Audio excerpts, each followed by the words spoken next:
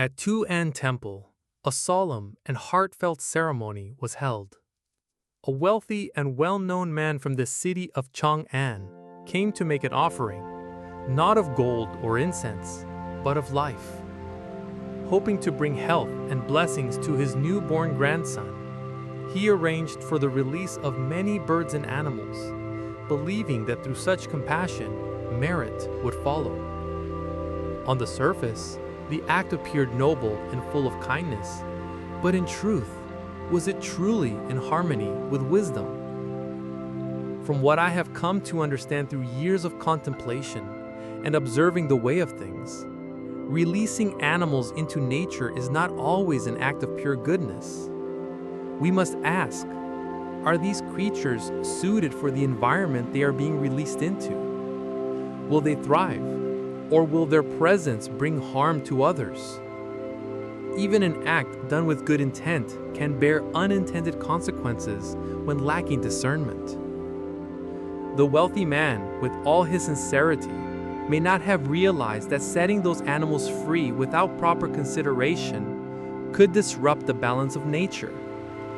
In the name of saving life, we might unintentionally cause suffering, not just to the creatures released, but to those already living in that space.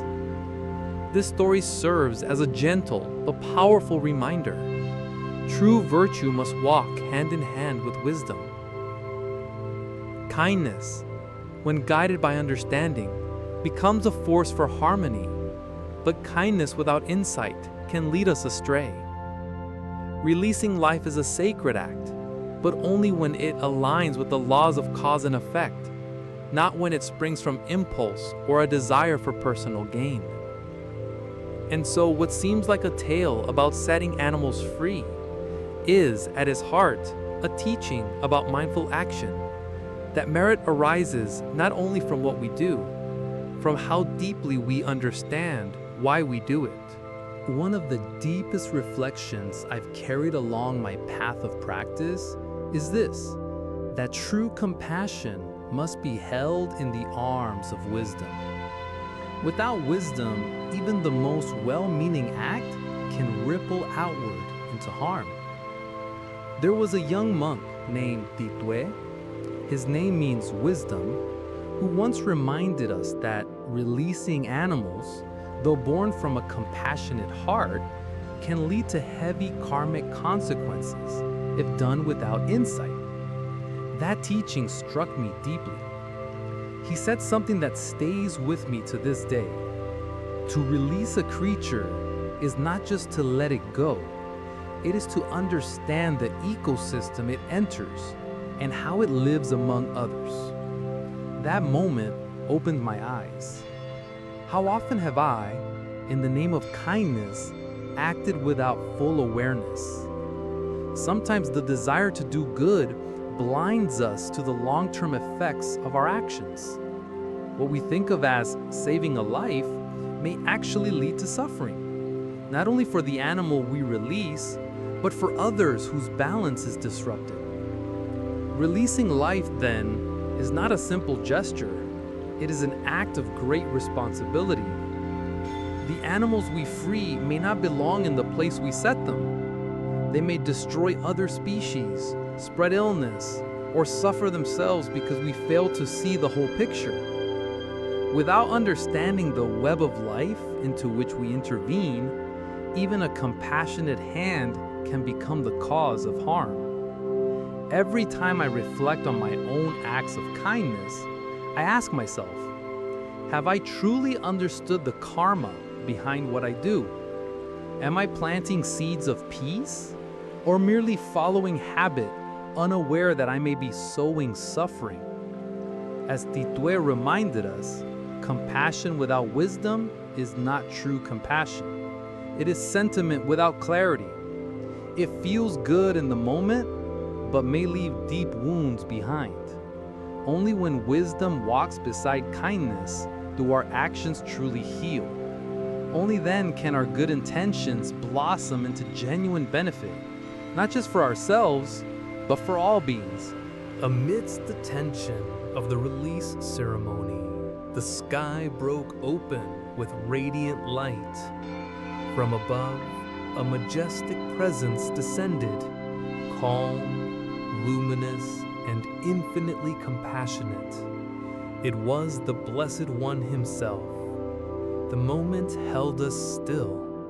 His presence wasn't just a vision of brilliance, it was a calling back to truth, to the roots of why we act and how we understand what we call compassion. When the Buddha spoke, it wasn't with condemnation, but with clarity.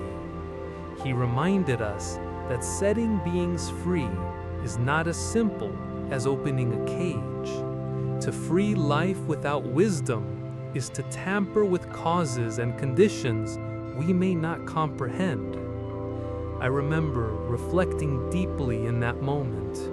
How many times had I acted from kindness without understanding the ripple it created? The Buddha's words struck a deeper chord within me. Compassion must be informed. Releasing life is not merely a gesture of mercy. It is an act that touches ecosystems, karma, and the lives of countless other beings. When we release without awareness of these interconnections, we risk causing the very suffering we wish to end. What I learned that day is that every compassionate act must be grounded in discernment. If we release a creature into an environment it does not belong to, it may perish. Worse, it may disrupt the life of others.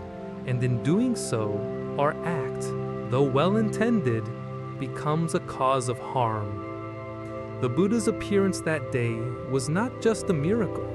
It was a lesson in seeing clearly.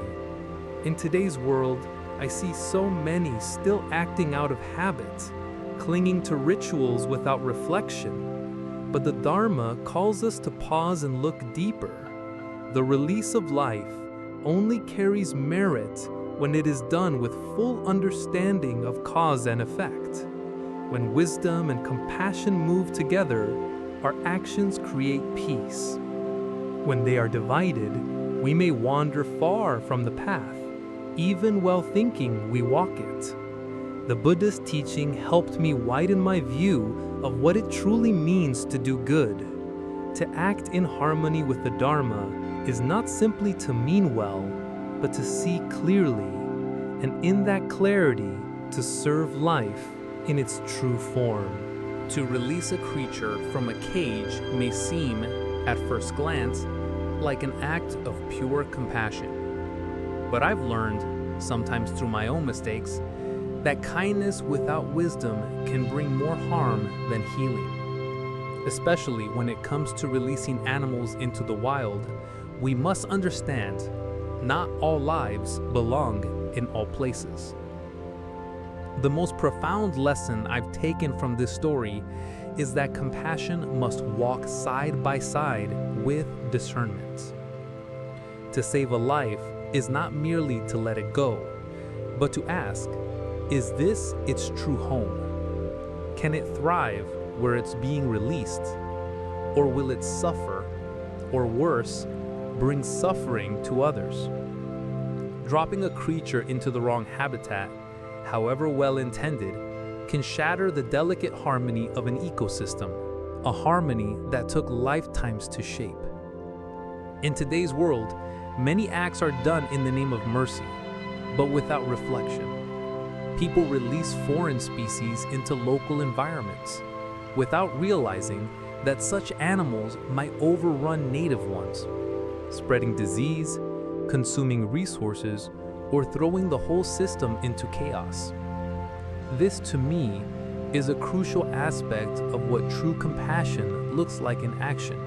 It is not just love in the heart, but clarity in the mind.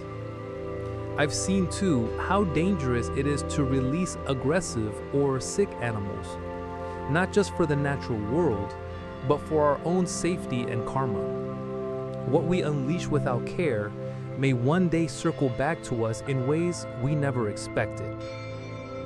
That is why I believe the practice of phóng, the release of life, must be rooted in deep understanding. It cannot be done out of impulse or shallow sentiment. Compassion, in the Buddhist path, is never separated from insight. When we combine the warmth of loving kindness with the cool clarity of wisdom, only then do our actions nourish life rather than disrupt it. And only then do we walk the middle way where intention and awareness meet in harmony. I've always believed that compassion is the heart of the Buddhist teaching, but wisdom is its eyes. Without it, we may move with love, but not in the right direction. And through the lesson of this story, I've come to see even more clearly that the harmony of compassion and wisdom is what turns a good deed into a truly wholesome one. In today's world, I often witness people performing acts of kindness from impulse. Heartfelt, yes, but not always thoughtful. And when compassion moves without insight, it can unintentionally bring harm.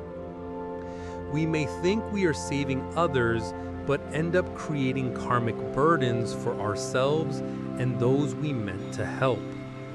This is why the Buddha's gentle warning in the story has left a deep impression on me. Compassion without wisdom is like jumping into a river to save someone drowning without knowing how to swim. Instead of saving them, we may both go under.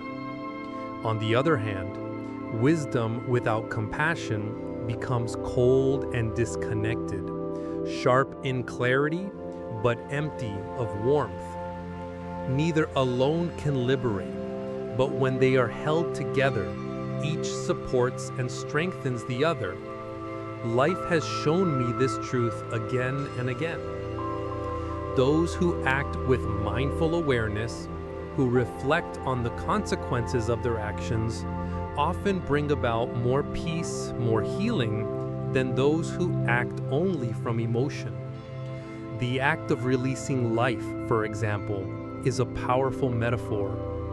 When done with understanding, choosing the right creature, the right place, the right time, the action becomes a source of blessing. But done without thought, it can create suffering for the very beings we wish to protect. This story has reminded me of the importance of staying awake in every action. To live with awareness is not just a discipline, it is a deep form of love. When we unite wisdom with compassion, our actions ripple through this life and into future lives with clarity and kindness. And in that union, we do more than help. We heal, we awaken, we walk the way.